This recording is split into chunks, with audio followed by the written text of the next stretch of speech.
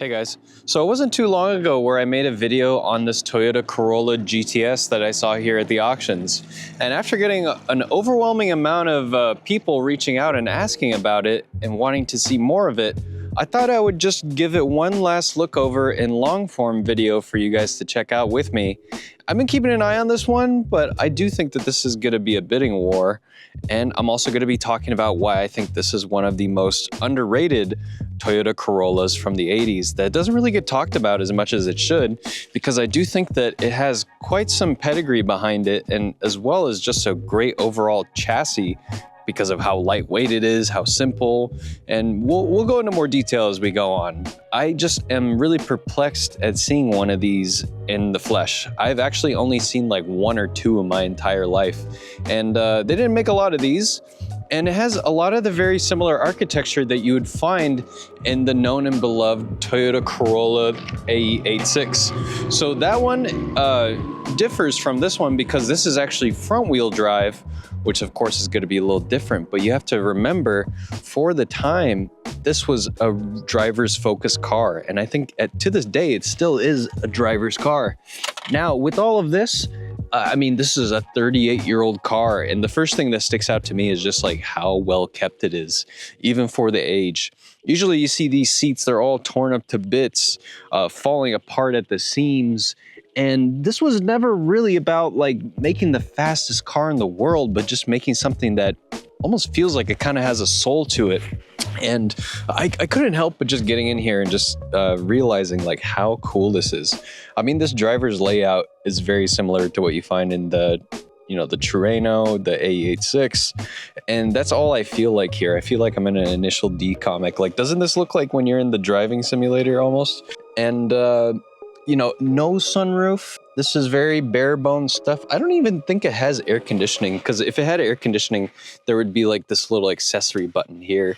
But it does have cruise control, which is truly amazing. I've actually never seen this old of a Corolla that has cruise control like this. And it's funny how this era, they all feel kind of similar, because my dad had a AW11 Toyota MR2 from way back in the day. It was white with the blue interior, and I just remember being a little kid and just thinking it was like one of the coolest cars in the world. And that's kind of how I feel about this one too. It just has like that little charm to it. Yes, of course, a lot of people are just gonna be like, okay, you've lost your mind, front wheel drive, hatchback, I don't want anything to do with this. But I really feel like a lot of people sleep on this type of stuff. And I don't know what this is for. Maybe one of you guys may know in the comments, but I did see this here. Maybe some sort of accessory of some sort? I don't know. But I mean, the headliner's in one piece. All of this looks really good. It doesn't smell weird or anything.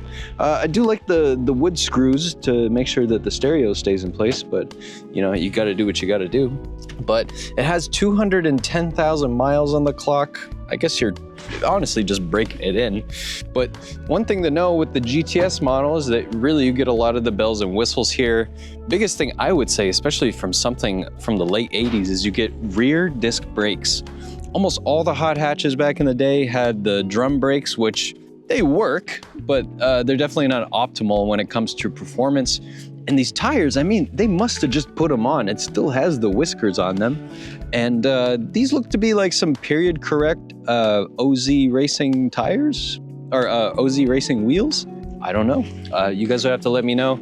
I don't know if this is a factory original livery. I'm assuming it's not. Maybe this is like some high-end vinyl that they put on top. But it does add quite a bit to the overall look and structure of it. And it kind of makes it look like a Group B rally car in a kind of cool way. So, rally car ready. It does have the grille in the front. And I think that's going to be the next thing that I want to show you guys why this is here at the auction.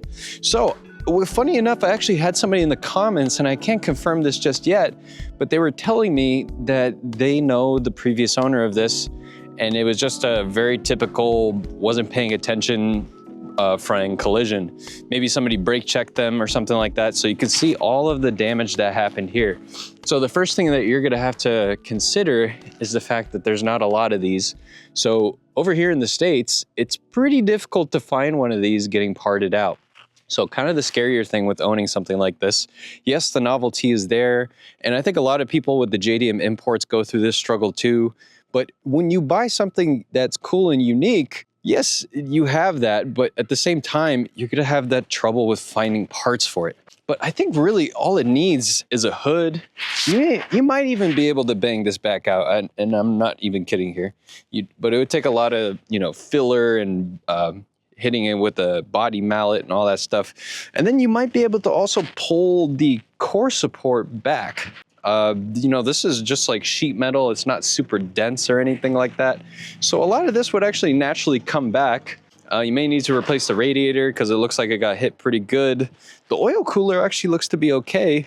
And this is the reason why you would get something like this. And I think this is why people were kind of gawking over this one, is because it has the legendary dual overhead cam, twin valve. And I think this is the reason why people were kind of gawking over this one, because it has the legendary 4AGE. And I think these engines, they make like 110 horsepower from the factory, but the way that it delivers it and how it just revs to the moon makes it a really engaging experience for anybody in this. I don't think this is one that I would say you do an engine swap in, but more something that you can get behind restoring this back. 4AGE, like I said, you can find these in the AW11s, AE86. A lot of these cars or Toyotas from the 80s are gonna have them. I mean, it looks like they just put a brand new battery in it. I don't know what all these wires are on the side. Maybe one of you guys let me know.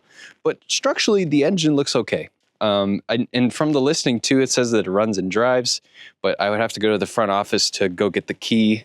Maybe I'll have to do that another time. I don't see any major rust. I did see a sticker on the back of it saying that this was from Oregon, which is a very good sign. It means that, it's not completely rotting away. Usually if you want to be checking for rust, you'd be going in the back here just to see if there is anything, and I don't see any major rust happening on this one. So I think we're in the clear when it comes to that. Some, a little bit suspicious rear quarter panel damage happening back here. I don't know if this is worth the restoration, but I do think that it's not that big a deal. A little bit of body filler. You could respray this, rewrap it, or whatever you want to do with it. Even has the pop-out windows in the back. And again, it's a hatchback, it's a very practical car. Man, it's just the condition of everything. I'm just really impressed by that. Like, shout out to the previous owner for that. I mean, look at the back seats, it's incredible. But if you wanted to get a little extra ventilation, you just pop these out and you're pretty much in business. Kind of the same thing back here. Nothing too much else to say, but I do see that there's still a lot of these random jackets for wires. I don't know what that's for, maybe some sort of kill switch. And it even has the OG overdrive. I remember these on the old Camrys, kind of the same deal with all that, but still just a very neat and cool car. Now, I know a lot of you guys like to say, oh, you should buy this one, you should buy this one. So this is one that I'm actually heavily considering. I do like it quite a bit. I've been keeping an eye on it, but I think it's gonna go for a lot. And that's just me being fully transparent with you, and also just being realistic with all the stuff that I have going on. And as much as I would love to have like the unlimited funds to just continue to buy stuff, I think a lot of people, they don't understand that when you go through this, there's a lot more to it than just buying it. Buying it is like the honeymoon phase. And then once the honeymoon phase is gone, you realize that you have to fix this stupid thing, and that could take forever. So let me know what you guys think about this one. I hope you guys did like the more in-depth look at this old Corolla, because it is very cool. But I think with that being said, I'm gonna let you guys go. Consider joining to be a YouTube member if you wanna see all of my content early, as well as get priority when it comes to replying to all of your guys' comments, and it helps support the channel as well. But anyways, hope you have a great day, and I'll catch you in the next one.